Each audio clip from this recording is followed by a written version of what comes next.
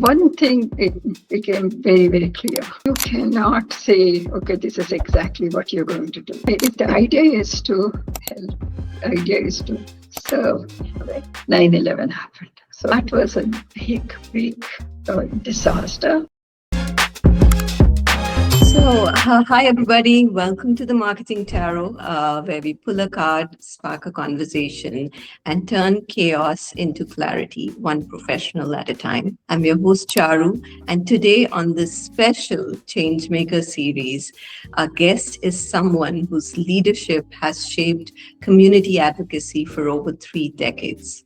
A global voice for women, a champion for South Asian families, and a force behind some of the most impactful community initiatives in New York. Sudha Acharya, Executive Director of SACS. Welcome to the show. Thank you. Thank you, Charu. Thank you for inviting me and for all those nice words. Thanks. You're most welcome. Before we dive into Sudha's journey, if you're new here, please join us on our journey by subscribing to the channel for more stories, insights, and clarity. Let's start with your journey, Sudha. I'm always curious to know or hear how someone discovers their calling. Like, how did you find your way into community leadership and advocacy? And when you look back, what were some of those key moments that shaped the way you work today? Yeah. You know what happened? When we, this is long ago, okay? When we came to the United States, before that, I had been interested in, I was a member of the founding member of one of the branches of All India Women's Conference in Mumbai, right? And also, I was interested, even if I'm from Bangalore, and then even there, when my mother was a community worker, so I used to go to villages with her, all that. So when I came here, it seemed like the community was fine, It was all doctors and engineers and professionals, scientists and lawyers and so on. And it seemed like nobody needed that other types of services that we were used to give in India. And after a little while, we realized that there was this nostalgia, like they were newcomers. We are all newcomers in this country, and there was this longing to be with other people who had come from South Asia. So we had organizations which catered to that. We had organizations which were, based on the language that we spoke or region we came from, or art and music and that sort of thing. So that's what we had. After a while, it became evident that behind all this facade of being doing very well and all that, there were hundreds of thousands of people who were invisible. Actually, nobody thought of them. Everybody knew that they had people who worked for very little money as gas station attendants or household work, caretakers of their children or all that, and no one really thought about those people. And there were people who didn't know English, didn't have a skill so that they could get a job, and they were struggling. And so SACS was born because of that in year 2000, 26 years ago. So just to make sure that those people got services. That's amazing. So initially, what clarity did you gain early in your journey that kind of still guides you today? I'll tell you what. One thing, it became very, very clear. You cannot say, okay, this is exactly what you're going to do with the organization, with the goals, all that, right? So if the idea is to help, right, if the idea is to serve with whatever needs that the community has, I think we should keep it flexible, okay? So what happened, we started in 2000, right? 2000, May 21st was the day because SACS was born. And we were trying to do a by trying, we were doing a needs assessment survey to find out exactly what people said they would need, right? And Right. what happened the next year, right? When we were just launching the needs assessment survey, 9/11 happened. So Yes. that was a big disaster. And so many of our people were killed, right? And those families were suddenly, bereft of the breadwinner. And so we started with people here in Queens, in Manhattan, in Westchester, in New Jersey, a lot of people in New Jersey, who had lost their spouse, a daughter, right? Like Yes. that. And so we had a whole, a bunch of psychiatrists, social workers, psychologists, a team of them speaking different languages. It was found very quickly. In fact, SAJA helped us. South Asian Journalists Association was already there. They announced that we were looking for these. And then we started counseling, therapy, group therapy on that. And then to see those times, they needed, facilities. They needed to, help with even applying for things and all that sort of thing. So that's what we did.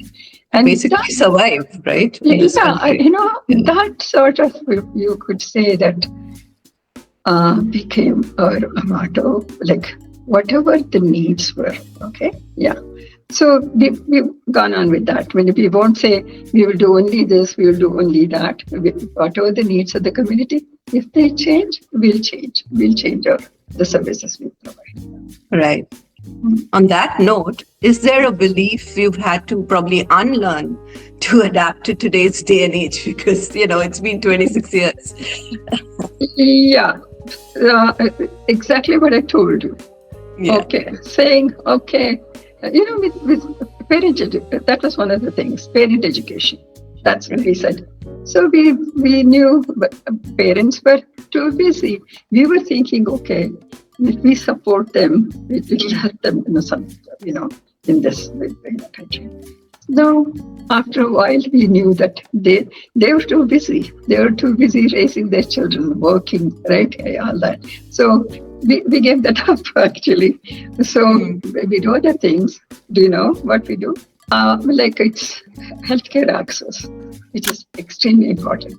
When we think about a family, right, or people in general, what do they need? They need a roof over their heads, Yes. food to eat, right? Yeah. Knowledge of English, so that, and a skill so that they can work, right? Stand on their own 2 feet, right? Yeah. So we now health is the most important thing after that, right? Yes. So we have healthcare access, right? We're navigators for ACA and community health associate, right? All that, advocates. So then we connect them to benefits like, food stamps or his SNAP and other benefits, right? Okay. Yeah. And then we also, in the journey, as you know, to navigate the healthcare system, for instance, is very difficult. Even for people who know English, it's very difficult. Yes. So what of people who don't, right? So we do help them navigate that. Now we have a food pantry. So what we realized was people were not getting culturally relevant food. So we do have a food pantry. It serves 2,250 people every week. Okay. So yeah. And then we have a senior center. Seniors can become very isolated. Okay. Yes. Sometimes in this country, like if the children are far away or they're not here and they're living by themselves, they are isolated and they really, need their people of their own age group. And so we have senior center, right? And then we have English classes, the workforce development.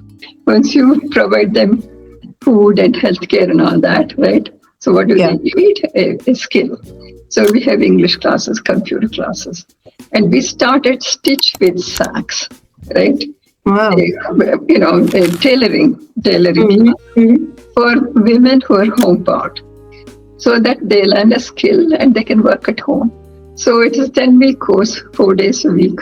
At graduation, they get the machine that they were working on, new machines. So they take it home and they will send business their way. Right? Okay, so that's another one. And we have legal clinics to help with any legal questions. Right now, the youth leadership program is going on. During summer, we do that for 19 to 17-year-olds. So that's, I'm sure I left off something, but it's okay. That's just amazing, Sudha. I think my next question was like, where are you now, and what are some of the immediate objectives you're aiming to achieve over the next 3 to 6 months? You already have so much on your plate, but is there anything immediate you're looking to do? Yeah, but okay. So this should be interesting. Okay, it's, you need a place. Where we are in Flushing, it's a very convenient place because all these mosque and a couple of temples and gurdwara all are around us. So it's very, it's very convenient to come here now. So we have our own building, right, in Flushing. So the city helped us, city and the borough helped us. Right. And we have another one, so almost next door, which we are leasing. So the idea, we are in contract to buy that as well, something. So we need space, okay? Everybody needs space. So, immediate ones, that, settle that, do those things.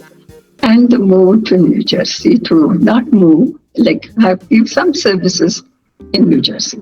Mm-hmm. We had an awareness, meeting and a campaign before. In Edison, we had one, and people there, even volunteers from New Jersey, spoke to them also. Obviously, they need services. There are a lot of people who need services. Yeah. And so that was evident, right? About 100 people attended it. And we have another one, July 25th, okay, coming up next at Journal Square. Okay. I believe there are a lot of underserved there also. So we've done, that flyering, all those things. And so we'll be doing that. And we're very, very grateful to MacArthur, Foundation for us to give us the opportunity to have that event on October 17th. So showcasing SACS at the same time is the first South Asian say that they're showing that we're very, we're happy that they would go, we're working with them. So we're looking forward to that. And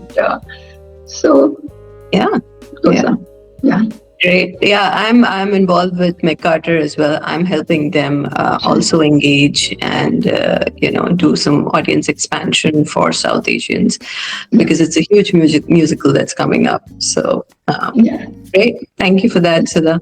Guys, if you're enjoying the conversation, please hit subscribe and tap the bell. It helps us bring more champions and change makers like Sudha to the show. Thank you very much. Sudha, we are in our next session, which is an interactive session. It's called the card pull section. We're just going to pull a topic randomly and you can just tell me how that applies to what you're doing or, your thought process. Okay. So it's time for your card, Sudha, and the card you've picked is, let's see, the momentum. Okay. Momentum is all about flow, energy, and progress. What is your take on this card and how does it apply to what you do and your thought process? As I told you before, we have to be in the moment of them and also, create momentum.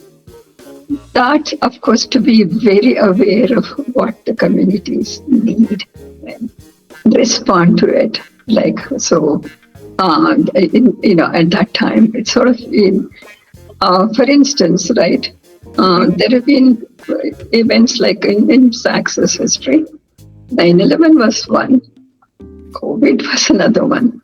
Yeah. And so just imagine COVID There were, imagine hundreds of thousands of people coming to coming to the office for services, and suddenly it's all at a standstill. Everybody is cooped up in their own place, right? Cannot come out, cannot do anything. And we realized at that time, it's like finding the resources, making sure there is momentum, and making sure we respond in the moment, right? So many of the things that we were doing, we could do it on the phone. Even the senior center, believe it or not, we taught them on the phone how to use their cell phones. And then we would have, Zoom, we would have their meetings together and all that. But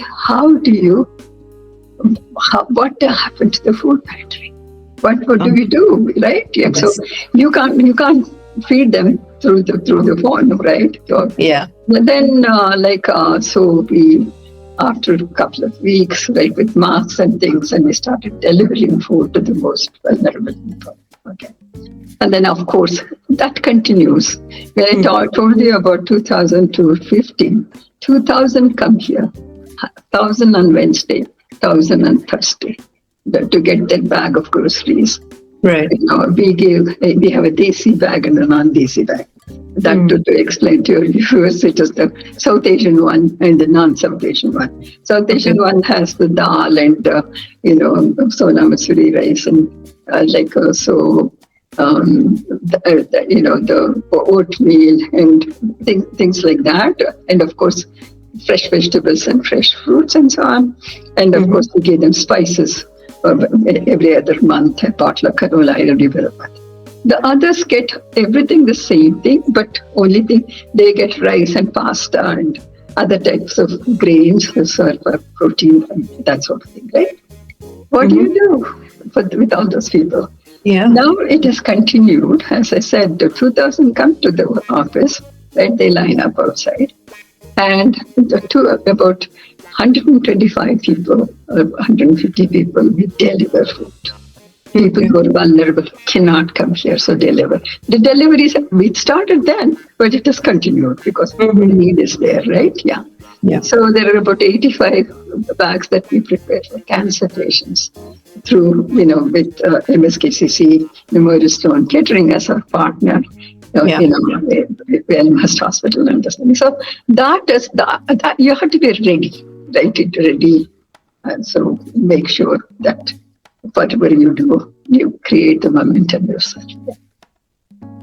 That's absolutely right. Yeah, that's great. Sudha, I do have another small request for you, maybe like an exercise that you might enjoy. If you had to pick a spread of 3 cards for SACS right now, it could be what you are currently focusing on, or it could be the 3 pillars that you've always stood up on. What would be those 3 cards if you see anything on your screen that is relevant? Of course, the vision, right? Okay. Yes. The insight, right? Call them the customer. Right. Just to help the customer, right? We call them clients, right? The community members. Right. We also have a community card, but the customer is Oh, you have a community card. Okay, let's change it. It's the community. Do you want to just elaborate a little bit on all these 3 topics? Anything you start, you have to have the vision, clarity in that, right? So that comes with insight, right? And knowledge of the community, right? So, and of course, you be open to, we actually, when we did our needs assessment survey, 629 people, about 53 questions. That's what we did. And if on our website, you will see the Unlocking the Golden Door, the very first one about South Asian and Indo-Caribbean, like their needs, right? Now, for instance, We have yoga classes and all that for our senior center. It's very, very popular. Okay, so we give them breakfast and then they have all their activities and we give them lunch and so that. So the yoga class, but we have other classes there, but yoga class is very popular. And some of the people from the mosque nearby, women told us, we would love to come to the yoga hour, but we don't want to do it in front of men. Okay, they don't want to do it in front of men. So you need to understand. You have to have the insight of this is what your community needs. So we've started Wednesdays for women. Okay, so on Wednesdays it's only women. Okay, and they have yoga. They have discussions on mental health and stress and all these other things, and they really have a good time. So knowing the community, right? Yes. Needs and being open to what they need, not just saying, okay, this is what we'll provide for you. That doesn't work that way. It's what they need.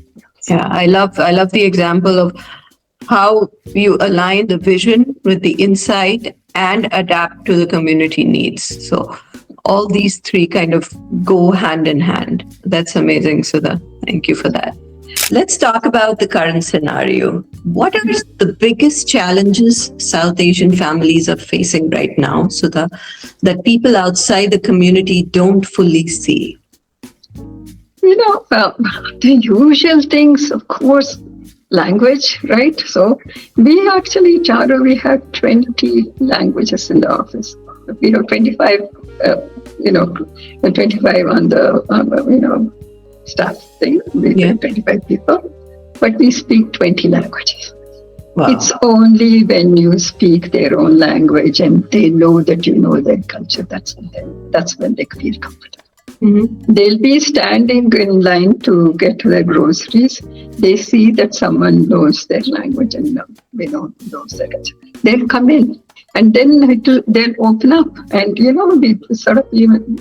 we have 4 social workers on the staff, 2 of them licensed. So we do a lot of mental health. I didn't mention that before. The counseling, therapy, that sort of thing also we do. Yes. So they come and now they trust you. They come inside. So what was the question? I forgot. The challenges South Asian. The challenges, right? Yeah. South Asians, that is one. Right now, things are very, very heavy for people. Okay, so people have lost Medicaid, health insurance. A lot of them have lost their jobs, and then it's a scary situation for them. Really, so you need to be up to those challenges to make sure you are there for them, and then see whatever you can to do to. I'll tell you one story. Just sure. Yeah. And a 92-year-old man, right? One of our clients. Suddenly, he lost his Medicaid because I don't know why they thought he was diseased, that he had passed away. They cut off his Medicaid and everything, right? Oh. So we do go and table at various places also to help people with healthcare, all those things, right? And the daughter said, this is what happened to the father, and he's 92 years old. And would you believe, in 2 weeks, we could have it corrected. Wow. Could make sure that he got his Medicaid. So there are many challenges like that. People in the community faces it, and so you have to be ready and willing, and at that, whatever at that moment they need. Whatever it takes to, to do it. Yeah. Yes. How do you decide which causes or cases to take on, Sudha, especially when the demand is so much higher than the resources available? And for a common individual like myself who wants to contribute meaningfully, what's the most effective way to support this work? I tell you what, we do have a lot of volunteers. Well, otherwise we wouldn't be able to do the pantry. It's so much that they have to pack everything and distribute all that sort of thing. We do have a lot of volunteers, and we do get interns from various like colleges and other. They do come, and some of them come because they have to do the work. Some of them come just because they're interested, and so that way is very good. Now, for instance, there is a Young Professionals Committee. I don't know if Anjali told you, by PC. They're professionals. They have gotten together to help SACS, and they live in various places, Manhattan and just everywhere, and they do little events and fundraise, and they do some they do talk about SACS, and that's very. In fact, they're doing it. What do you call it? By something. They're running the marathon. They're doing that, and I think it's coming up next month or something. Right. So anyway, they do that, and of course, money is very important. Any donation, big or small, is always welcome. So we do it.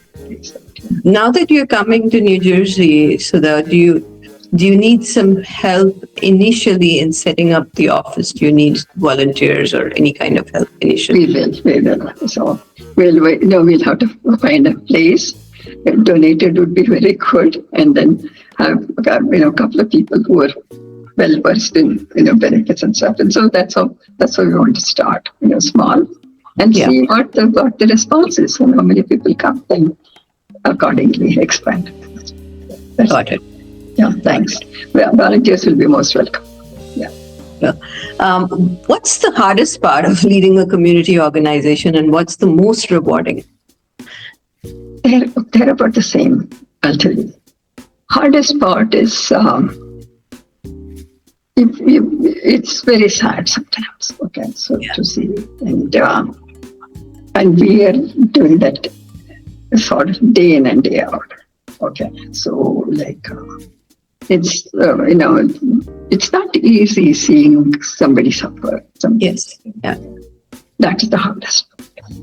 The wonderful part is when you solve something, when you make them feel good and they're happy, and it's like you see a smile on their faces.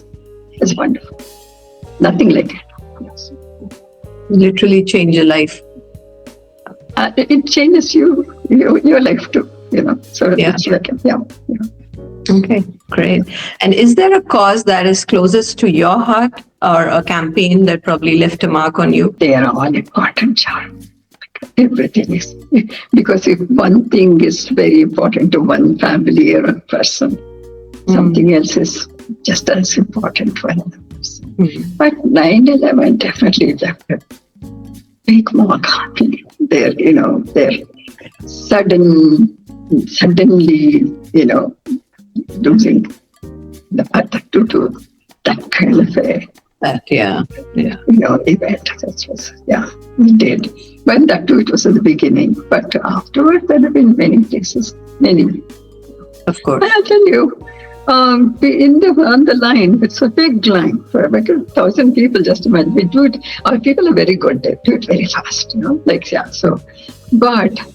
My colleague, he just saw a woman with a blanket like this standing, and then he said, "What do you have there?" Something. It was a 3-week-old baby, and she was standing there to get the grocery bag and food and vegetables. And then he told her, "No, this is not where you stand. You come inside."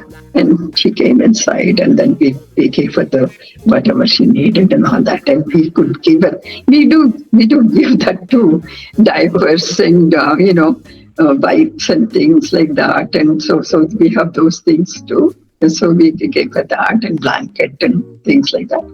And then she needed other. Once she came inside, she needed other. Services.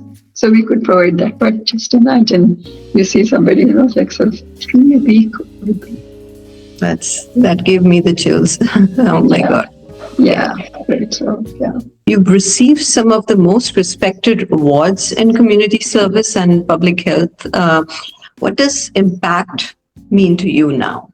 I, I was very lucky, and they're very, all those people are very, I'm really grateful that they thought it was like, deserve to get those awards. Yeah. But that award is maybe just my name on it, and I may be receiving it. Don't forget, it's the work of hundreds of people. Yes. It's the work of so many that goes into it, and it's not. I'm very well aware of that. It's not just it's for the organization. It's the work that the organization does. Great. And what is the best advice maybe you want to give to immigrant families in 2026? Try to be open and go to trusted organizations, right? And make, if you need help, ask for it. Don't be shy. Don't be, so there is nothing that can be done. I'm sure that, there will be help, and there are organizations which can do it, and of course ours is one of them. Like, definitely, reach out, right? Reach out, and then of course, it's not. You're not. It's not that you have to suffer in silence. Like, so, just ask. Yeah. And then what's the future of community care looking like, Sudha, according to you, and how can we prepare for it? It's not like it's going to end. Everybody will be taken care of, and people, organizations like SACS can close because everyone is doing okay. That's not going to happen. There'll always be needs. There'll always be new people coming. There will be.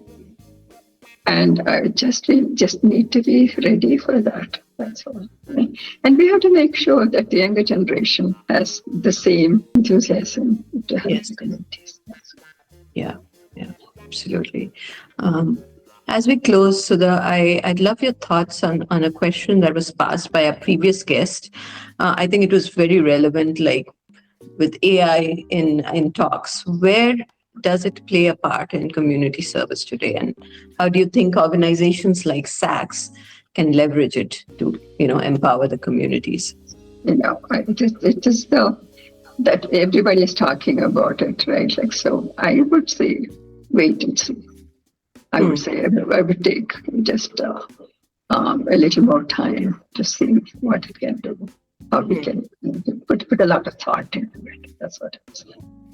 One of the things I think we can use it maybe again as a skill, for training. I think that could be an early skill they could pick up. And like even ChatGPT and things like that. Yes. Yes. Right.